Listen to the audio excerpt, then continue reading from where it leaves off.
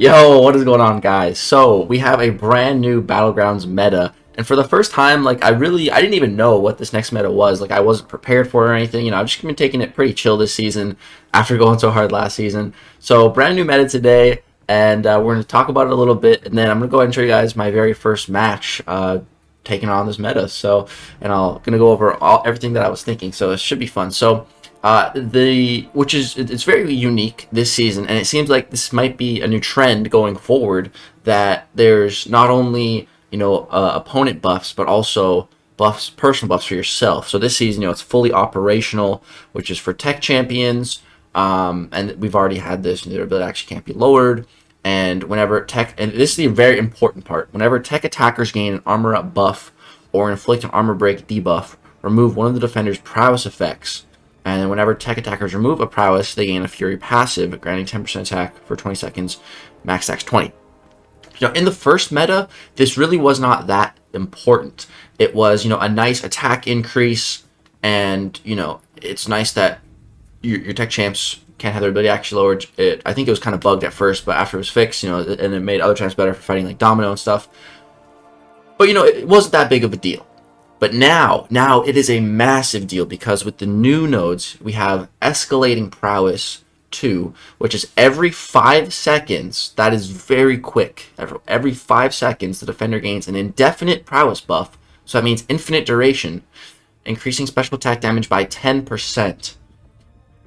Now, that doesn't sound that crazy. It's like, oh, okay, they gain prowess. Who cares?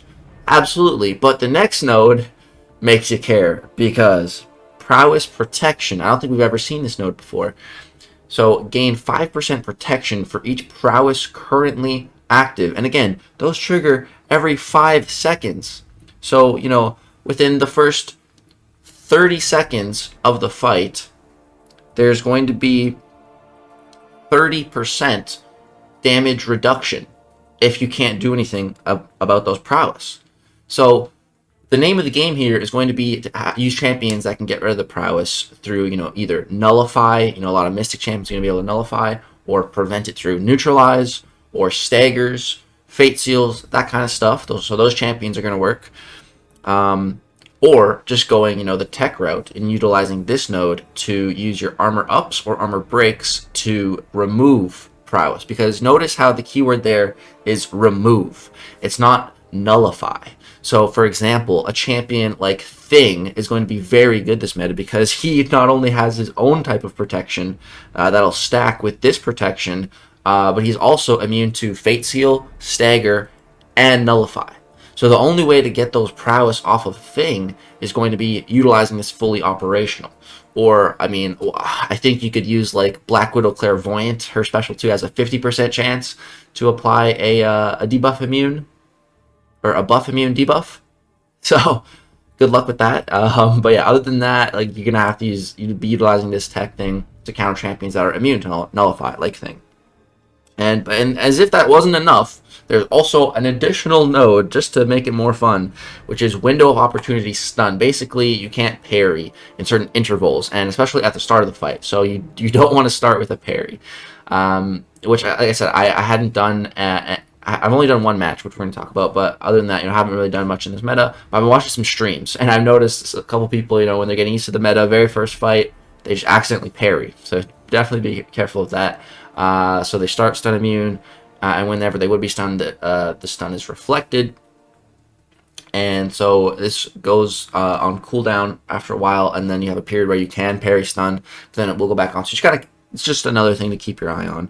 So those are the nodes. It's kind of my analysis of it. It's going to be a pretty crazy meta. I've already seen, again, I've been watching some streams, seeing a lot of timeouts, a lot of high health finishes on both the attacker and the defender. So it's going to be an interesting one. Let's go ahead and jump to my very first match.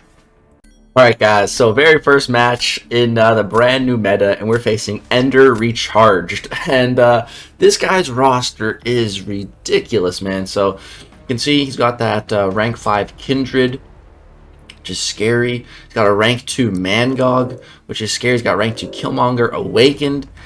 He has a rank 2 Sunspot. He has so many Mystics in his deck.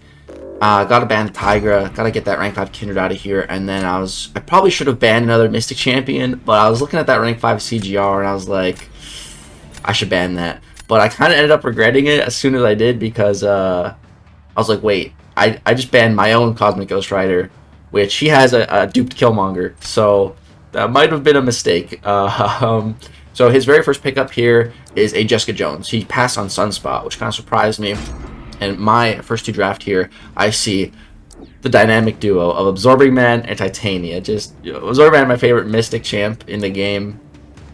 Favorite champ that released this year. And then Titania, my freshly duped. This is spoilers for yesterday's video, but yeah, man, duped Titania from the Sigil 7-star Crystal. Just such insane luck. She is... That's my only rank 2 now that's awakened, so... Yeah, it's just such a massive pull. So I end up picking up Future Ant-Man and Bishop, and then here, man, he gets that Killmonger. I'm like, no, dude, I don't want to fight Killmonger. Like this is gonna suck. He also has a Mephisto here, and I think I passed on my Iron Man previously, but I'm like, okay, no, I definitely need to get Iron Man here because Mephisto. Iron Man's a good Mephisto counter, and I was also thinking maybe I could use him for Killmonger. I don't know. And then my other pick here, Rintra or Mangog, he has Titania, so they're probably going to go down pretty quick. So I decided to just pick up Hulkling of my own. And then here he gets his rank 5 Juggernaut. I'm like, oh no, dude, that rank 5 Jugs is going to be so good in this meta. And then he also gets Iron Doom, which sucks because that's the hardest counter to Bishop in the game. So now I can't put my Bishop on defense. Although, Juggernaut can take Bishop pretty well as well, but now he doesn't have to waste that Jugs on Bishop. He can save Iron Man. So he puts down the rank 2 7-star Killmonger, duped. I'm like, crap, that's not good. I really did not know who to put down here. I feel like anyone I put down here, he can kill pretty quick. But I decided to put Future Ant-Man down. And he decides to use Juggernaut, which I'm like, okay, this round's a loss. This is a loss. That's rank 5 Juggernaut. It's over. I'm like, I managed to draft Torch at my very last pickup, which is good because, he has Mephisto. So I was like, okay, let's try Iron Man against Killmonger. I have no idea how this fight's going to go. Let's give it a try. So boom, start the fight, go for an intercept, go for a light, he doesn't go for it, but then punish with another intercept, get some more intercepts, like already got 3 intercepts here. Accidentally evaded the first part of that. I was just dashing back and he happened to throw it, so that was super lucky, but I'll take that all day long. And yeah, everything is going really, really good so far here. So I just pushed him to 2 bars. Here I'm going to trigger Reverb. And, he's very low power, so that's the perfect trigger on Reverb. You can see we're taking 14 damage. Not a big deal. So here, going to go ahead, throw my special 2. That activates our Arc Overload. We got a bunch of armors in the Arc Overload. It's paused there. I'm gonna go ahead and throw my special 1 now. So boom, now he's armor broken. So now Killmonger, and I parried there again. That was kind of an accident. I wasn't intending to do that, but as soon as I did, I was like, oh, nice. Good accidental mistake right there. And yeah, so now he's armor broken. Now we're hitting super hard. We're not critting, but man, it doesn't really matter because we're hitting so darn hard. We also have some of those Fury passives. You can see 9,000 lights, 14,000 mediums. We finally got a crit there. 25k crit. He goes down full health.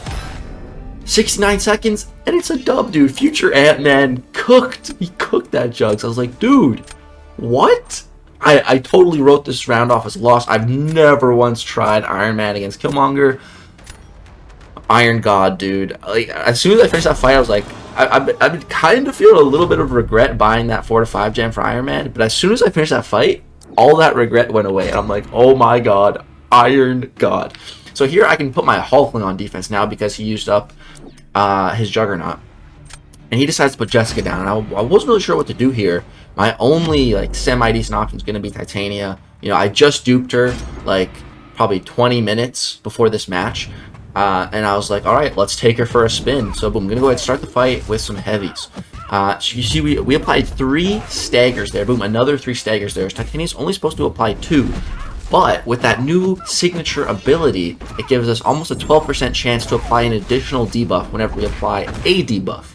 So we're just getting extra staggers. Here I managed to perfectly space the special 2, counter that again with the heavy. I want to keep a stagger up pretty much at all times to prevent those Prowess, because again, remember, they come back every 5 seconds. So right there, boom, one of them snuck through, while I'm baiting specials here. It's all good. My haymakers are ready. So I just want to do a couple hits, get close to the special 3, then activate the haymakers with a heavy, connect the first hit into special 3. It's going to double my debuffs. Again, plus the Sig. Boom. We got even more debuffs. And just look at these heavies, bro. Boom. Watch her health just disappear. Bye-bye, Jessica. Go with the Hulk Relic for the finish. She's stomping, man. 52 seconds. Jessica Jones stepped on. Like, my goodness, bro. My goodness. And I'm not sure why he picked Mephisto. I feel like Doom would have been a little bit better. But, I don't know. Yeah, Hulkling did his job. He really lasted on defense. And, man, that's first match in this meta. Taking a fat dub. We played both those fights so extremely well. Two, really annoying defenders. Killmonger, rank 2, and Jessica Jones. And we just made quick work of them. This match felt so good, dude. It's also put us over 400 points for the very first time this season. So, man, just, yeah, felt really, really good. So, yeah, guys, that was going to go ahead and do it for my very first match in this brand new meta. If you guys have already tried it, let me know what you think. Honestly, I'm digging it. It's weird. It's funky, but I like it. So, yeah, definitely expect some streams, a lot of streams from this meta. It's going to be a fun time. And, yeah, we're going to run some friendlies, too. But, yeah, that's going to go ahead and do it. So happy with that newly awakened Titanium, man. Holy crap, what a fight to debut her in. And yeah, feeling much better about that rank 5 Iron Man too. Gotta start using him more. Iron God. It's gonna do it. Thank you guys so much for watching. Hope you did enjoy. Peace out.